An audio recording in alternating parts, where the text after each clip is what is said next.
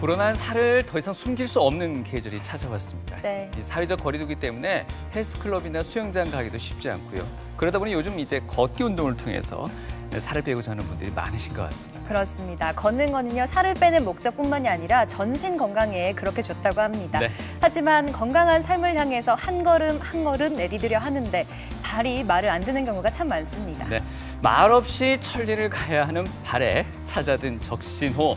오늘 TV 메디컬 약손에서 이 걷는 족족 극심한 통증을 일으키게 되는 주요 족부 질환에 대해서 저희가 알아보도록 하겠습니다. 네, 도움 말씀 주실 오늘의 발 건강 주치의 정형외과 박철현 교수님과 함께 하겠습니다. 안녕하세요. 안녕하십니까? 진화 과정에서 인간만의 큰 강점이 된 두 발. 그 정교한 구조 덕분에 우리는 두 발로 걷고 뛰는 능력을 얻었지만 동시에 부상의 위험도 안게 됐다.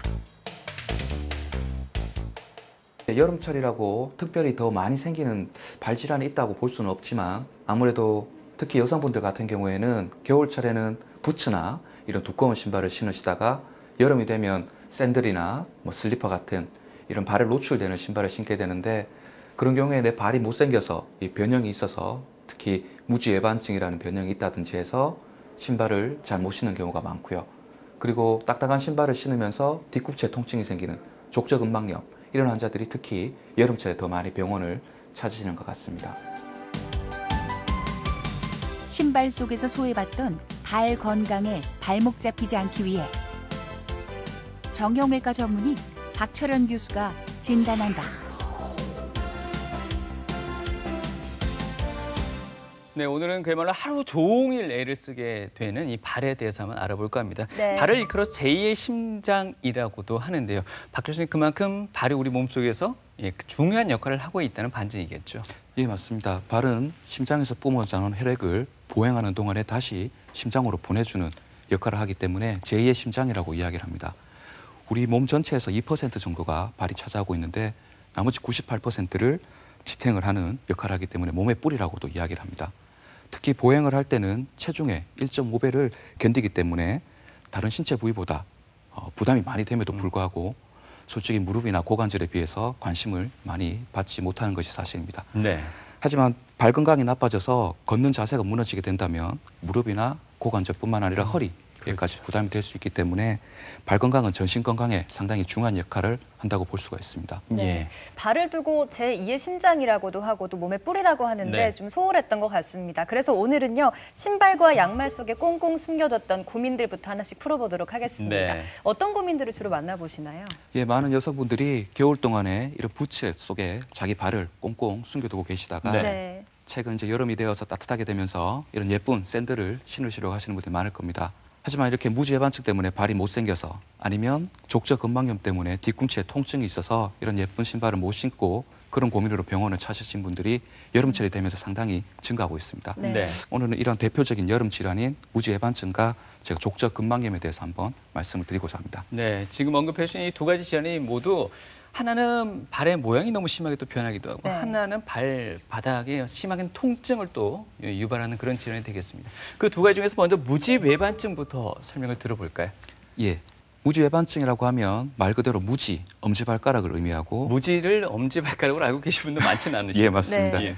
외반이라는 것은 바깥으로 휜다는 것을 의미합니다. 네. 말 그대로 엄지발가락이 바깥으로 휘는 변형을 이야기하고 좀 더 의학적으로 이야기하면 이런 변형이 회전 변형을 동반하고 있기 때문에 단순 2차원적인 변형이 아닌 3차원적인 변형을 무지외반증이라고 이야기합니다. 왼쪽 사진에도 나타나 있습니다만 밖으로 휜다는 뜻이 몸 다른 중심에서 발가락에 바깥으로 휜다는 것을 의미합니다. 몸의 중심에서 바깥으로 휜다. 휜다. 예. 아, 예. 건강보험심사평가원 자료를 보면 매년 무지외반증 환자는 조금씩 증가하는 것을 볼 수가 있고 특히 여성에서 압도적으로 많은 것을 확인할 수가 있습니다. 네. 네. 아마 이런 것들은 여성들이 많이 신으시는 하이힐이나 아니면 앞이 꽉 끼는 신발, 구두 등에 의해서 그렇지 않을까라고 생각을 하고 있습니다. 예.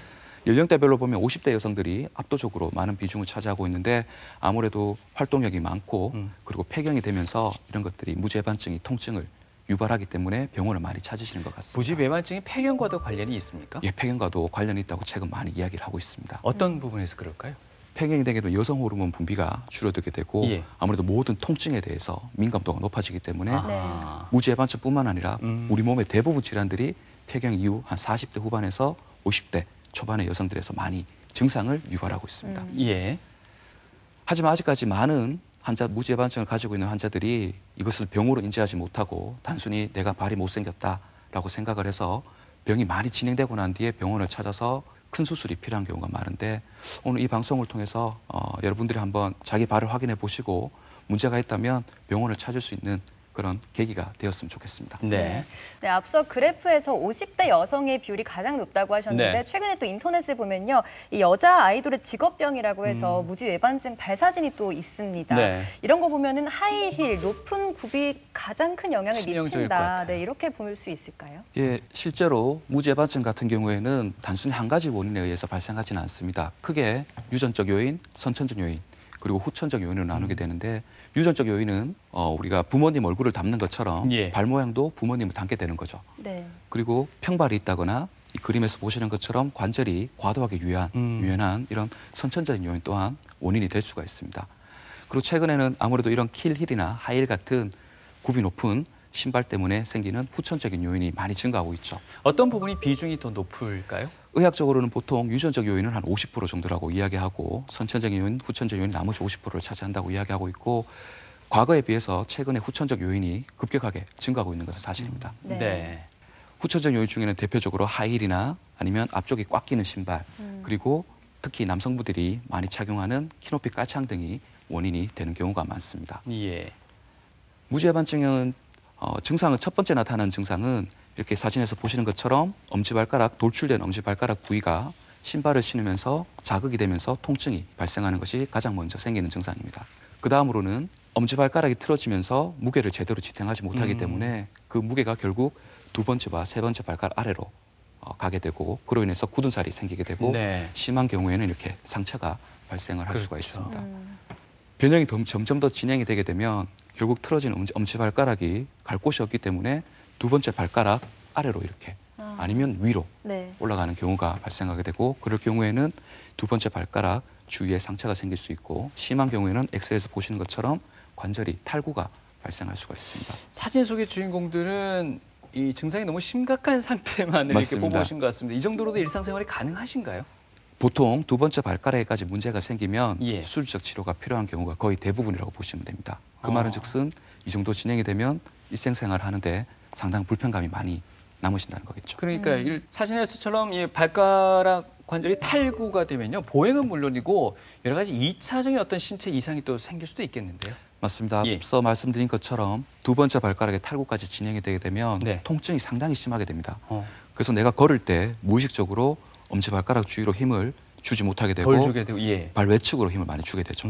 그러면서 정상적인 보행이 무너지게 되고 몸의 균형이 망가지면서 네. 무릎, 엉덩이 관절, 심하게는 척추까지 네. 문제가 되어서 맞아요. 일상생활에 큰 불편함을 초래하는 경우가 드물지 않게 발생합니다. 네, 예. 전신 건강에까지 영향을 주니까 제때 잘 치료하고 또 진단을 해야 될 것 같은데 네. 이게 선천적으로 그렇게 모양이 생겼을 수도 있는데 통증이 없으면 괜찮은 건지 그 진단 방법도 궁금해집니다.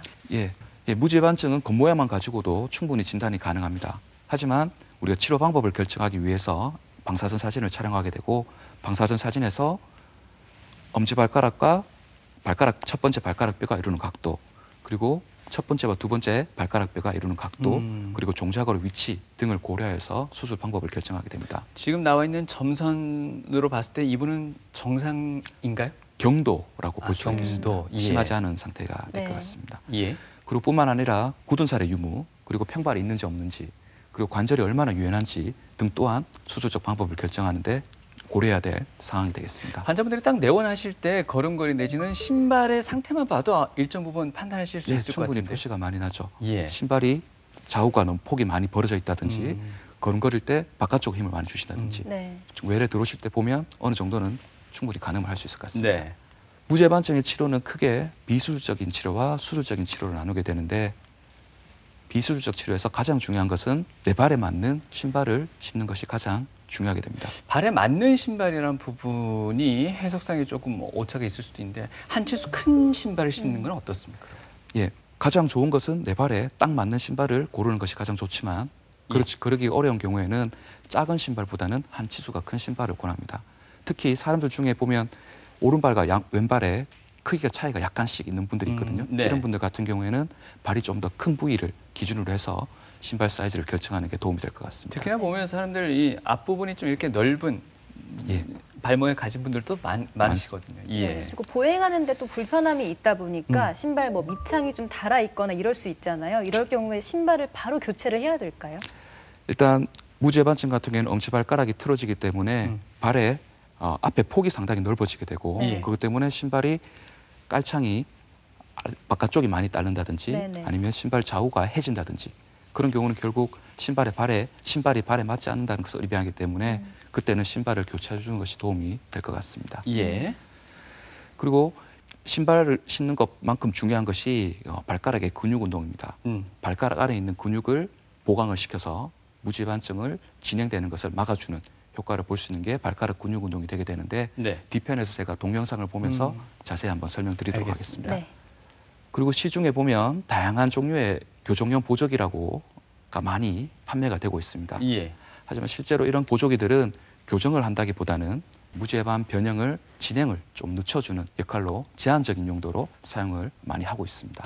이건 교정용 보조기란 건 아무래도 이 변형의 각도에 따라서 이걸 선택 유무를 판단해야 되지 않을까 싶거든요. 어떻습니까? 이게? 맞습니다. 이 변형이 많이 진행된 상태에서는 교정용 보조기 자체가 큰 의미를 가지지 못합니다. 예. 그래서 교정용 보조기를 착용하는 가장 중요한 시기는 내가 변형이 있다는 것을 인지하고 통증이 있는 아주 경도의 무지해반증에서 제한적으로 사용하는 것이 도움이 될 거라 생각이 됩니다. 네. 예. 또 시중에 보면은 이 무지외반증 교정용 깔창도 있거든요. 이것도 변형을 막아주는 건가요? 아니면 예방적인 차원에서 쓰는 건가요?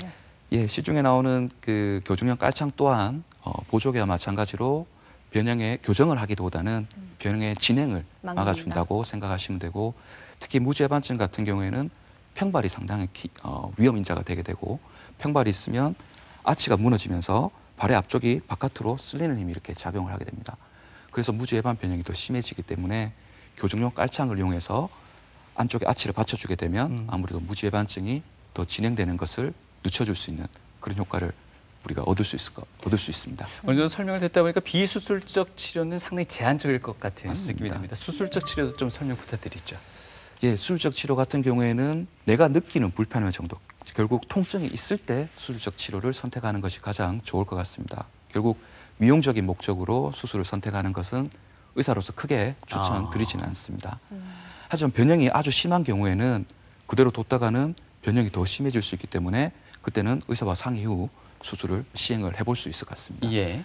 그리고 꽉 끼는 신발뿐만 아니라 편안한 신발을 신어도 통증이 계속 있다거나 아니면 앞서 보신 것처럼 두 번째 발가락에까지 변형이 진행된 경우에는 수술이 대부분 필요한 경우가 많은 것 같습니다. 예. 수술 방법은 150여 가지 정도가 보고되어 있는데 네. 변형의 정도에 맞춰서 그리고 의사가 자기가 숙련된 정도에 맞춰서 결정을 하게 됩니다. 크게 개념을 보면 이 첫 번째 뼈에서 먼 쪽으로 해서 교정을 할 수가 있고 가까운 쪽에서 교정할 수가 있는데 가까운 쪽에서 교정하는 경우에는 교정력은 크지만 아무래도 불안정한 절골 부위가 불안정할 수 있고 먼 쪽에서 하는 경우에는 교정력은 약하지만 좀 안정적인 교정을 얻을 수 있는 서로 장단점이 있게 됩니다. 수술 방법이 벌써 150여 가지가 이상이 된다고 하니까 그 상황에 맞는 정답은 없을 것 같다는 느낌이 드네요. 맞습니다. 예. 어느 누구도 정답은 없고 내가 자신 있는 방법을 선택하는 게 의사 입장에서는 가장 중요하지 않을까 생각합니다. 예. 그리고 최근에는 아무래도 이런 무지해반증에 대한 수술이 미용적인 측면을 생각 하지 않을 수가 없습니다. 네. 그래서 어떻게든 흉터를 적게 남기기 위해서 절개를 하지 않는다든지 아니면 절개를 하더라도 최소. 위에서 봤을 때 예. 보이지 않도록 그림에서 보시는 것처럼 과거에는 이렇게 위에서 보면 절개 부위 흉터가 다 보였다면은 네. 지금 같은 경우는 위에서 보면 흉터가 거의 보이지 않게 이런 식으로 흉터를 최소화하거나 적게 남기는 쪽의 수술이 많이 시행이 되고 있습니다.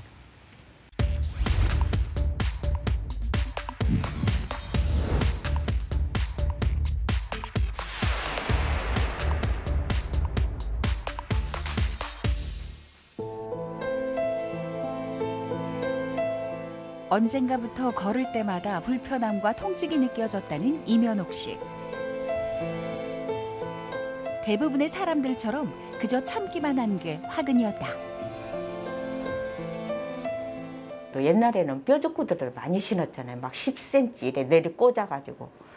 그리고 저는 집에서 결혼하고도 집에서 밥 해 먹으면서도 그냥 굽을 이렇게 힐 아니라도 항상 굽이 이렇게 높은 거를 신고 그렇게 생활을 했어요. 그렇게 생활을 하다가 어느 날서부터 이제 아프니까 아플 때마다 그 파스라든지 그래 바르고 또 왜 교정한다 하면서 그런 게 많이 나와 있었거든요. 그러니까 그거 끼고도 다니고 끼고 다녀도 불편한 거예요. 그거를 끼고 신발을 신어도 불편하고 뭐를 해도 불편하고 또 이제 화장지 같은 걸로도 이제 어디 갈 때는 서로 이렇게 발이 안 닿이게 이제 사이에다 끼워갖고 양발 신고.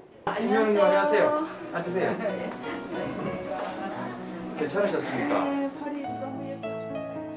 오랜 기간에 걸쳐 악화된 양발의 무지외반증. 내원 당시 그녀의 발은 꽤나 심각한 변형이 생긴 상태였고 이를 바로잡기 위해서는 수술이 필요한 상황이었다. 양쪽에 심한 무지외반 변형이 있었고 특히 이번에 수술하신 왼쪽 같은 경우에는 무지외반 변형이 심해져서 두 번째 발가락 밑으로 엄지발가락이 끼어 들어가면서 두 번째 발가락 관절이 탈구까지 일어났었고 그로 인해서 두 번째 발가락 아래에 굳은 살이 생겨서 통증을 많이 호소하셨습니다.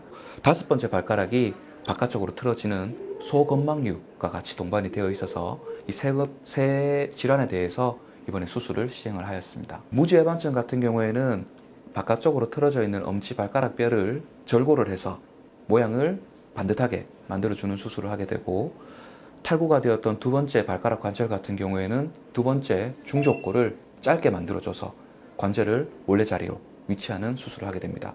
마지막으로 소건망류 같은 경우에는 다섯 번째 발가락 뼈를 잘라서 반대로 이게 무지외반증과 반대로 안쪽으로 밀어줌으로 인해서 변형을 줄여주는 그런 세 가지 수술을 시행을 하였습니다. 5주가 지난 현재까지 발에는 절골술 흔적이 남아있는 상태. 그 모습을 보면서 이면옥 씨는 스스로에게 왠지 모를 안타까움을 느꼈다. 뼈가 가누는데 발이 이렇게 혀가 있으니까 눈물이 막 쏟아지는 거예요. 그냥 뭐라고 말할까 내 발이 저렇게 희도록 이제 내가 빨리 와서 병원을 왔으면 됐겠는데 이마에 이렇게 참 나도 그냥 참는 게 능사는 아닌데. 다행히도 수술 후 회복은 순조롭게 진행 중인 상황. 오늘 드디어 그동안 발을 고정하고 있던 강선을 제거해냈다. 보시고 그렇죠. 위로 들어보고 이렇게 운동을 좀 하셔야 됩니다. 아주 좋습니다. 아주 좋고 수술을 한 달 되신 상태여서 바깥에 노출되어 있던 강선을 다 오늘 제거를 하였고 앞으로 추후 계획은 보조 신발을 2주간 더 착용하면서 보행을 하실 예정이고 이분 같은 경우에는 우측에도 같은 변형이 있어서 수술을 예정하고 있습니다.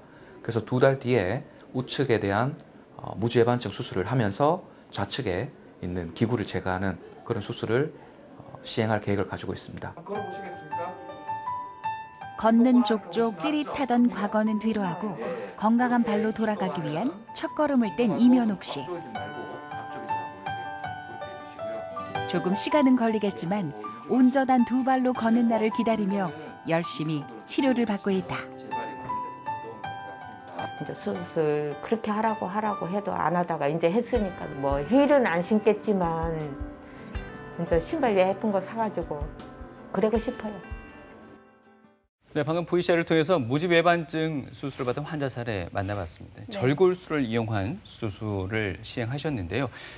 수술 방법을 선택할 때 여러 가지 고려해야 될 사항이 많을 것 같습니다. 그중에 환자의 연령도 빠질 수 없을 것 같습니다. 어떻습니까, 교수님? 예, 맞습니다. 무지외반증에 대한 수술을 할 때 나이는 어떻게 보면 가장 중요한 고려 사항 중 하나라고 볼 수가 있습니다. 네.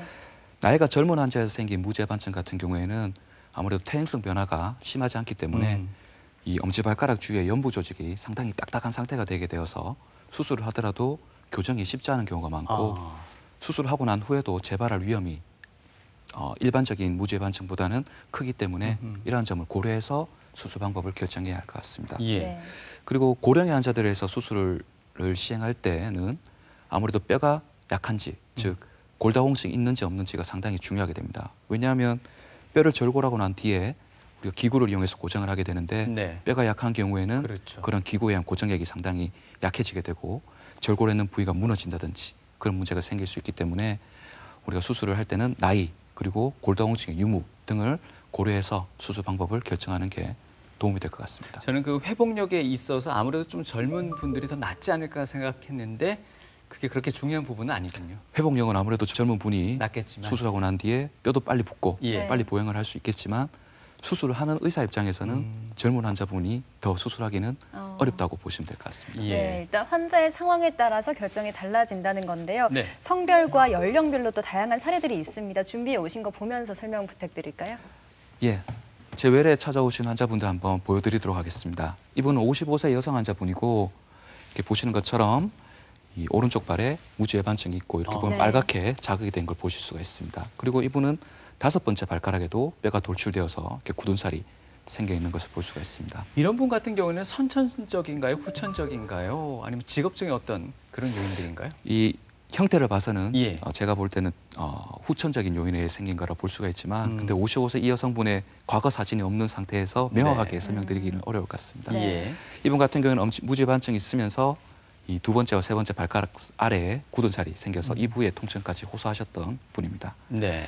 엑스레이를 찍어보면 이렇게 무지반증이 있고 이 5번째 발가락이 틀어진 것은 저희가 소건망류라고 이야기합니다. 그 무지반증과 소건망류에 대한 수술을 계획했던 환자고 수술은 이분 같은 경우에는 변형의 정도가 컸기 때문에 우리가 좀 더 근위부에서 교정을 해서 큰 교정을 얻은 환자였고 5번째 발가락 또한 절골술을 통해서 교정을 하였던 환자고 수술 후에 만족스러운 결과를 얻었던 환자분입니다. 말씀을 심하게 절골술이라고 하셨지만 사실 뼈를 절단하고 다시 붙는 데까지 지금 시간이 이만큼 흐른 거 아닙니까? 맞습니다. 이후에 활동한 데는 문제가 없습니까? 보통 수술 후 2달에서 3달 정도 되면 예. 어느 정도 활동은 자유롭게 할 수 있다고 우리가 일반적으로 이야기를 합니다. 사람에 따라 좀 다르긴 하겠지만. 예.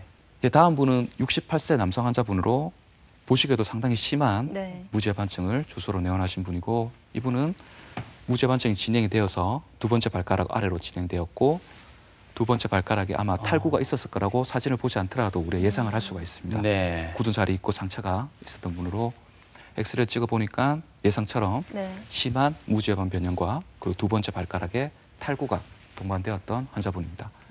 그래서 이분 같은 경우에는 무지외반증에 대한 수술뿐만 아니라 빠져있는 탈구가 되어 있는 2번째 발가락에 대해서도 수술을 같이 진행했던 환자로 마찬가지로 좀 큰 교정을 얻기 위해서 근위부에서 절골을 하였고 2번째 발가락을 조금 짧게 만들어줘서 탈구를 정복을 하였습니다. 수술 후에 만족스러운 교정을 얻을 수가 있었고 수술 후 2년째 찾아오셨을 때도 이렇게 변형이 재발되지 않는 것을 확인할 수 있었습니다. 이분 같은 경우에는 2번째 발가락 아래에 있는 굳은 살과 예. 그 통증을 상당히 호소하셨었는데 네. 수술 후에 이렇게 굳은 살이 없어지고 네. 통증도 없어진 것을 볼 수가 있습니다. 단연간의 어떤 그 만성적인 질환의 일종으로 이분께 나타난 현상일 것 같은데 이건 첫 번째, 2번째 발가락뿐만 아니라 나머지 발가락도 약간의 변형이 있는 상태 아닌가요? 이분 같은 경우에는 이 발 자체가 보면 이렇게 좀 쏠려 있는 예. 이런 분들이 아무래도 무지외반증이 좀 더 생길 위험성이 크고 남성임에도 불구하고 아마 이분이 변형이 이렇게 심하게 진행된 것이 이런 본인의 선천적인 요인이 작용하지 않았나 생각이 됩니다. 예. 마지막으로 보실 환자분은 16세 아주 어린 그렇네요. 남자 환자분입니다. 이분은 사진에서 한번 보시면 2번째 발가락 뼈가 나머지 발가락 뼈에 비해서 짧은 것을 볼 수가 있습니다. 네. 아무래도 짧게 되니까 이 2번째 발가락 뼈가 첫 번째 발가락 뼈를 지탱을 하지 못하고 무지외반 변형이 진행이 되는 환자분입니다. 이분 같은 경우에는 치료를 하기 위해서는 짧아져 있는 2번째 발가락 뼈를 늘리는 것과 그리고 변형이 되어 있는 무지외반증을 교정하는 두 가지를 동시에 시행하는 것이 필요했던 환자였고 수술은 이렇게 2번째 발가락 뼈에 뼈 이식을 하여서 길이를 맞춰주고 이분 같은 경우 변형이 많이 심하지 않았기 때문에 좀 더 원위부에서 절골을 해서 무지외반증에 대한 교정을 해주었고 수술 후에 발가락 뼈 길이와 무지해반증이 모두 교정이 되었고 환자분이 상당히 만족했던 환자분이고 얼마 전에 제 외래 한번 찾아오셨는데 지금은 이제 20세가 벌써 넘었는데 아주 만족스러운 그 사회생활을 잘 하고 있었던 환자입니다. 이제 두 번째 발가락이 좀 짧았다는 건 이분 같은 경우에는 선천적 요인이 있지 않을까 싶은 생각이. 단지증이라고 하는 이제 두 번째 발가락이 짧은 그런 선천적인 요인에 의해서 발생한 무지외반증으로 볼 수가 있습니다. 남자들은 무지외반증에 조금은 좀 이렇게 예외가 아닐까 싶었는데 꼭 그런 것도 아닌 것 같습니다. 깔창이 있지 않습니까? 키 높이 깔창도 이런 쪽에 영향을 많이 미친다고도 하는데 맞습니까? 예, 맞습니다. 앞서 말씀드린 것처럼 일반적으로 무지외반증은 여성에게 압도적으로 많이 발생을 합니다. 하지만 최근에 보면 남성 환자들이 증가하고 있고 제 외래에도 남성 환자분들이 꽤 많이 찾아오고 계십니다. 그 이유를 단 한 가지 요인으로 설명하기는 어렵겠지만 아무래도 요즘 남성들이 많이 착용을 하는 키높이 깔창이 그 원인이 되지 않을까 생각됩니다.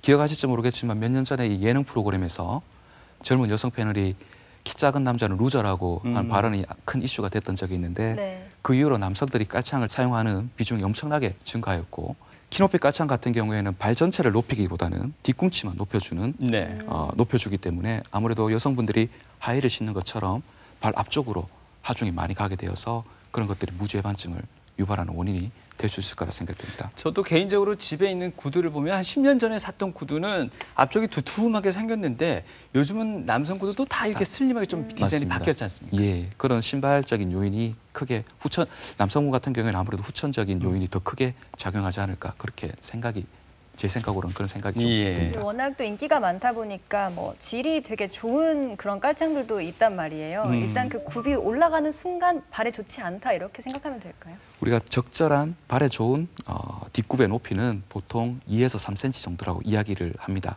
그보다 높은 경우에는 발에 부담이 충분히 갈 수 있기 때문에 하루에 한 1시간에서 2시간 정도 좀 제한된 시간을 사용하면 좀 더 발 건강에 도움이 되지 않을까 생각이 됩니다. 뒤쪽에 족저근막염에서 한번 여쭤보고 싶었던 문제인데 방금 2, 3cm가 가장 적절한 높이라고 하셨습니다. 굽이 없는 상태는 어떨까요? 아무래도 굽이 없는 신발들은 굽이 없기 때문에 뒷바닥이 딱딱할 수밖에 없고 그런 바닥이 딱딱한 신발은 족저근막염에 가장 안 좋은 그런 요인이 되기 때문에 굽이 낮은 신발도 그렇게 크게 추천하지는 않고 약간의 굽이 있는 신발이 발 건강에는 제일 좋을 거라 생각이 됩니다. 앞서 수술 사례를 보면서 수술 후에 환자분들이 굉장히 만족을 했다라고 하셨는데 이게 일상생활로 조금 더 빨리 잘 돌아가려면 또 재활 방법이 따로 특별하게 있을까요?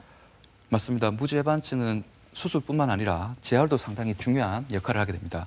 수술하고 나면 이런 바닥이 딱딱한 이 보조 신발 같은 경우에는 바닥이 딱딱해서 굽혀지지가 않는데 이런 딱딱한 보조 신발을 신고 6주간 착용을 하게 됩니다. 하지만 수술하고 난 다음 날부터 바로 보행이 가능하고 보행을 할 때는 수술한 엄지발가락이 좀 힘을 덜 주는 느낌으로 이렇게 걸으면서 바로 보행이 가능합니다. 그리고 보통 8에서 10주 정도 지나면 뼈가 어느 정도 유압이 되기 때문에 그때 그 안에 고정했던 내고정물을 제거를 하게 되고 그리고 많은 분들이 궁금해하는 일상생활을 복귀나 직장으로 복귀 같은 경우에는 사무직 같은 경우에는 바로 다음 날도 가능합니다. 하지만 내가 많이 걷는다든지 육체적으로 많이 그 힘이 가해지는 경우에는 보통 수술 후 2개월 정도 지나게 되면 그런 직장으로의 복귀는 충분히 가능할 것 같습니다. 그리고 제가 앞서 말씀드린 것처럼 무지외반증을 예방하고 그리고 재발을 막기 위한 운동 방법을 2가지를 보여드릴 건데 간단한 운동 방법이기 때문에 한번 보시면서 자리에서 한번 따라해 보시면 도움이 될 것 같습니다. 먼저 발가락을 벌리는 운동입니다. 발을 의자에 앉아서 발을 땅바닥에 두고 발가락 사이를 간격을 충분히 주게 되는 거죠. 5초 정도 이 상태를 유지하게 되고 이 상황을 10번 정도 반복을 합니다.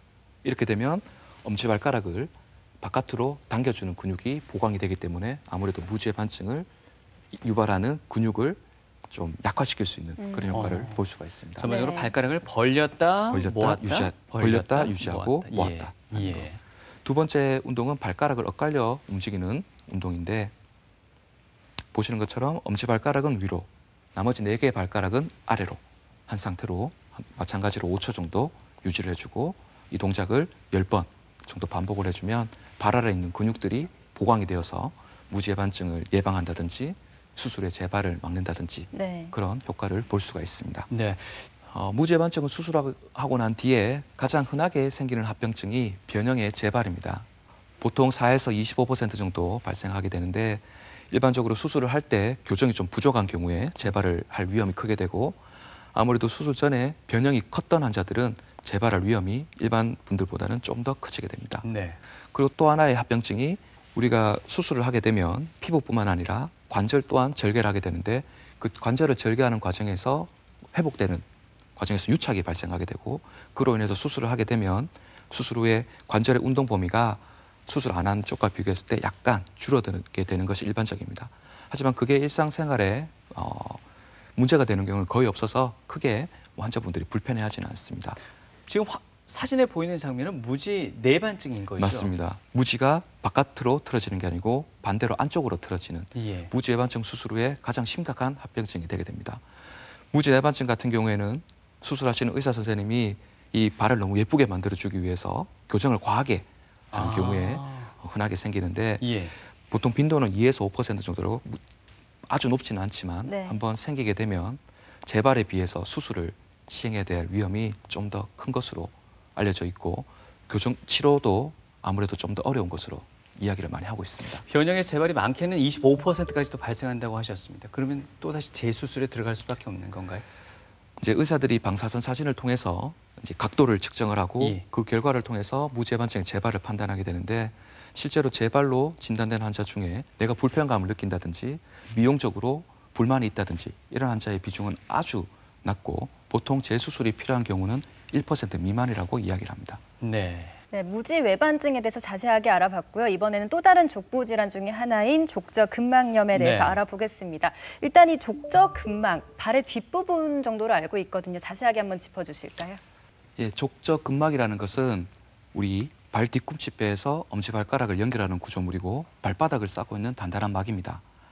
이 족저근막은 스프링처럼 이렇게 발바닥에 충격을 흡수해주는 역할을 하게 되고 이 족저근막이 있음으로 인해서 우리가 보행을 할 때 좀 더 적은 힘으로 보행을 할 수 있게 도와주는 역할을 하는 아주 보행에는 가장 중요한 구조물 중 하나입니다. 네. 이런 족저근막에 문제가 생기는 것을 우리가 족저근막염이라고 하게 되는데 발 뒤꿈치에 지속적인 반복적인 힘이 가해져서 족저근막에 미세한 파열이 발생하게 되고 이러한 미세한 파열이 발생하고 회복되는 과정이 반복이 되면서 족저근막 부위가 비정상적으로 두꺼워지고 그로 인해서 통증이 발생하는 질환을 족저근막염이라고 이야기를 합니다. 방금 말씀하셨던 반복적인 힘이 가해져서 미세한 파열이 발생한다고 하셨습니다. 반복적인 힘이라는 걸 여기서는 어떤 걸 일컫는 우리가 보통 등산을 한다든지 예. 계단을 내려온다든지 예. 아니면 또 안 좋은 게 마라톤을 한다든지 해서 네. 뒤꿈치에 충격이 지속적으로 가해지는 것을 반복적인 힘이라고 이야기를 합니다.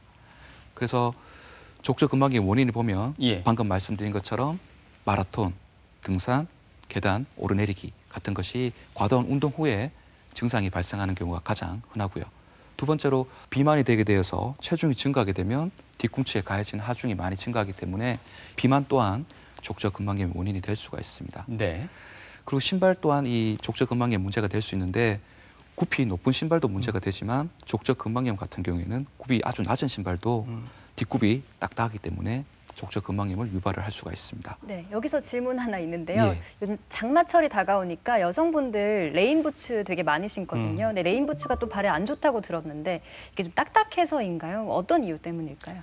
맞습니다. 여름철 되면 여성분들 레인부츠 그리고 슬리퍼들을 많이 신으실 건데 네. 레인부츠 같은 경우에는 아무래도 뒷굽이 상당히 딱딱하기 때문에 그 레인부츠를 신고 장기간 보행을 하게 되면 아무래도 뒤꿈치에 부담이 많이 가게 되고 네. 그로 인해서 족저근막염이 충분히 유발이 될 수 있을 거라 생각이 됩니다. 또 다른 신발보다 좀 무거울 것 같거든요. 맞습니다. 그 무게 또한 원인이 될 수 있을 거라 생각됩니다. 네. 네. 그리고 말씀드린 것처럼 폐경이 지나서 족저근막염이 증상을 유발하는 경우가 상당히 많고요. 그리고 마지막으로 류마티스 관절염 같은 전신 질환도 이런 족저근막염을 유발하는 원인이 되게 됩니다. 네. 족저근막염 같은 경우에는 특징적인 증상이 있습니다. 내가 자고 일어나서 침대에서 내려올 때 발을 디디면 윽 하는 통증이 뒤꿈치에서 생기는 게 가장 특징적인 증상이 되게 되고요. 또 하나는 이런 증상이 걷다 보면 저절로 좋아지는 것을 많이 경험을 하십니다. 그리고 앉아 있다가 걷는 과정에서도 통증을 유발하는 경우가 많고요.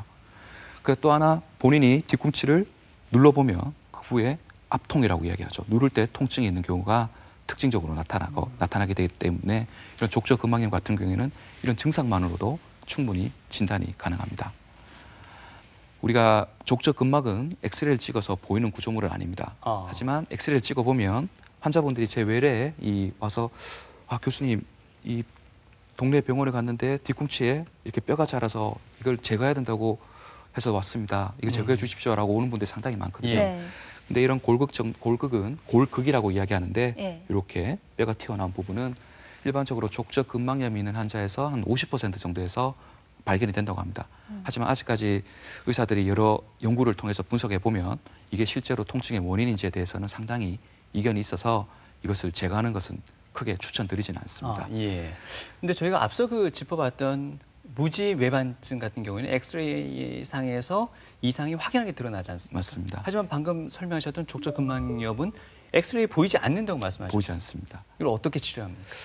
엑스레이보다는 예. 초음파를 통해서 초음파를 촬영하면 이렇게 보시는 것처럼 뒤꿈치 뼈가 되게 되고 족저근막이 이렇게 붙어 있는 것을 볼 수가 있습니다.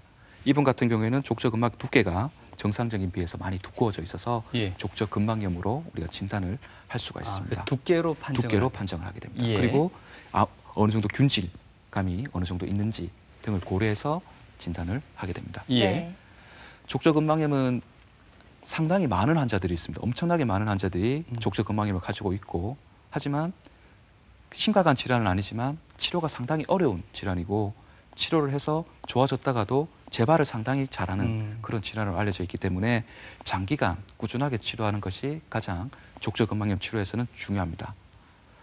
족저근막염 치료 방법은 상당히 다양한 방법들이 알려져 있는데 가장 대표적인 방법이 약물 치료와 물리 치료가 되게 됩니다. 예. 이것들은 급성기에 우리가 사용을 해볼 수 있는 좋은 방법이 되게 됩니다. 약물 치료라면은 뭐 진통제, 소염제 같은 성분이 될까요? 예, 맞습니다. 소염 진통제, 즉 소염, 염증을 줄이고 진통, 통증을 줄여주는 약을 소염 진통제를 하게 되는데 예. 이런 소염 진통제는 급성기의 통증에서 가장 효과적인 약물로 알려져 있습니다. 예. 하지만 이런 소염 진통제를 오래 사용하게 되면 여러 가지 합병증이 발생할 수 있게 되고 그중 가장 심각한 합병증은 아무래도 위장관 출혈이라든지 아니면 심근경색 같은 합병증이 발생을 할 수가 있습니다. 특히 우리가 요즘 아스피린을 심장 질환을 예방하기 위해서 드시는 분들이 많은데 네. 이 아스피린을 복용하는 분들이 소염 진통제를 같이 복용하는 경우에는 위장관의 출혈이 발생할 위험이 상당히 증가하기 때문에 이런 의사와 충분히 상의 후에 약물을 처방받는 것이 좋고 그리고 그런 경우에는 급성기에 단기간 약물을 사용하기를 추천을 드립니다. 네. 다음으로 주사 치료가 있는데 주사 치료 같은 경우에는 이 족저근막이 붙어 있는 위치에 다양한 약물들을 주입해서 통증을 줄여주는 방법인데 단기적인 효과는 상당히 좋습니다. 하지만 장기적인 효과는 좀 떨어지는 경우가 많고요.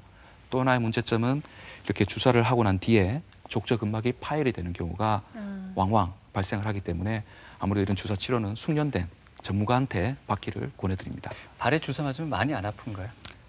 뭐 아픈 경우도 있지만 진통제가 마취제가 들어가기 때문에 네. 통증 자체는 많이 줄어들게 되죠. 예. 다음으로 체해 충격파도 많이 하시는데 이 체해 충격파 같은 경우에는 상당히 강한 충격을 뒤꿈치 족저근막이 붙는 위치에 줌으로 인해서 내가 인위적으로 손상을 만드는 거죠. 손상이 되게 되면 회복이 되게 되고 그때 좀 더 제대로 회복되는 것을 기회를 얻기 위해서 시행하는 게 체해 충격파입니다. 이런 체해 충격파 같은 경우에는 기본적인 다른 아까 보셨던 약물 치료라든지 주사 치료가 효과가 없는 만성 족저근막염 환자에서 시행하는 게 가장 좋은 적응증이 될 것 같습니다. 예. 그리고 깔창 치료도 상당히 많이 시행을 하게 되는데 깔창 치료는 단순히 뒤꿈치에 쿠션을 가해주는 효과를 얻을 수도 있지만 이렇게 실제 깔창 같은 경우에는 안쪽에 있는 아치를 받쳐주고 인해서 내측 아치에 무게가 많이 가고 뒤꿈치로 무게가 줄여주는 체중의 분산 효과를 위해서 깔창을 치료를 시행하는 경우가 많이 있습니다. 네. 아무래도 이런 족저근막염의 가장 중요하고도 근본적인 치료는 스트레칭입니다. 왜냐하면 족저근막이라는 것은 앞서 말씀드린 것처럼 쉬었다가 걸을 때 통증이 유발되게 되는데 족저근막은 쉬는 동안에는 수축을 하게 됩니다. 그런 수축된 상태에서 갑자기 디디게 되면 과도한 견인력이 발생하게 되고 그때 미세한 상처가 생기게 되는 거죠. 그래서 족저근막을 좀 스트레칭을 통해서 이완을 시켜주고 보행을 하게 되면 통증이 상당히 줄어드는 것을 볼 수가 있습니다. 네. 스트레칭 같은 경우에는 크게 두 개로 나눌 수가 있는데 족저근막에 대한 스트레칭 그리고 또 하나는 아킬레스건에 대한 스트레칭으로 나눌 수가 있습니다. 제가 오늘 두 개의 스트레칭을 동영상을 한번 보여드리도록 하겠습니다. 네. 이렇게 의자에 앉아있는 자세에서 손으로 엄지발가락을 뒤로 제쳐주게 됩니다. 그러면 이렇게 족저근막이 탄탄하게 네. 견인되는 것을 볼 수가 있고 예. 이 과정을 통해서 족저근막이 이완되는 효과를 볼 수가 있습니다. 이 과정을 10번 반복을 하면 충분히 좋은 효과를 볼 수가 있습니다. 다음으로 아킬레스건에 대한 스트레칭인데 아킬레스건은 우리 종아리에 붙어 있는 네. 힘줄이죠. 이게 족저근막과 무슨 관계가 있을까라고 생각하실 수 있는데 이 뒤로 붙어 있는 아킬레스건과 족저근막은 서로 상호작용을 하게 됩니다. 그래서 아킬레스건이 늘어나게 되면 족저근막도 늘어나는 효과를 볼 수가 있는 거죠. 보시면 이 부위는 벽이라고 생각하시면 됩니다. 벽에 서서 벽을 바라보고 서서 벽을 짚고 서게 되는 자세를 취하게 되는 거죠. 그래서 양쪽 발을 번갈아 가면서 시행을 하게 되는데 앞쪽으로 내민 발은 무릎을 굽혀주고 뒤쪽으로 뺏는 발은 무릎을 펴주는 게 가장 중요합니다. 그리고 또 하나 중요한 거는 뒤꿈치를 바닥에서 떼면 안 됩니다. 뒤가 당기기 때문에 운동을 하면서 뒤꿈치를 드시는 네, 분이 네. 많은데 네, 네. 이러면 운동 효과가 떨어지기 때문에 가장 중요한 게 뒤꿈치를 바닥에 대고 있어야 된다.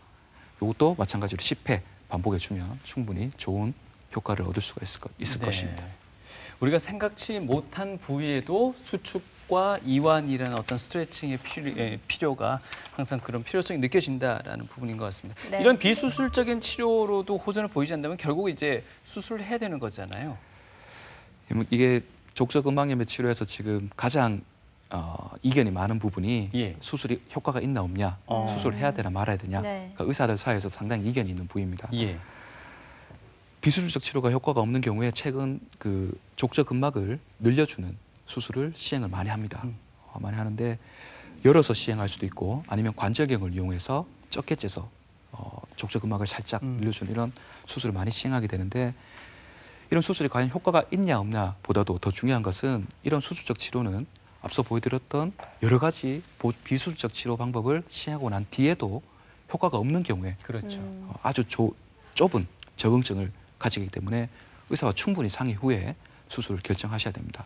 왜냐하면 수술하고 난 뒤에 오히려 통증이 악화된다든지 아니면 수술 과정에서 신경을 잘못 건드려서 신경 합병증을 호소하시는 분들이 아주 드물지 않게 네. 많이 제 외래를 찾아서 저도 많이 경험을 했는데 그래서 이 수술적 치료는 의사와 충분히 상의를 하고 아주 숙련된 전문가한테 수술을 받기를 꼭 오늘 이 자리를 통해서 말씀을 드리고 싶습니다.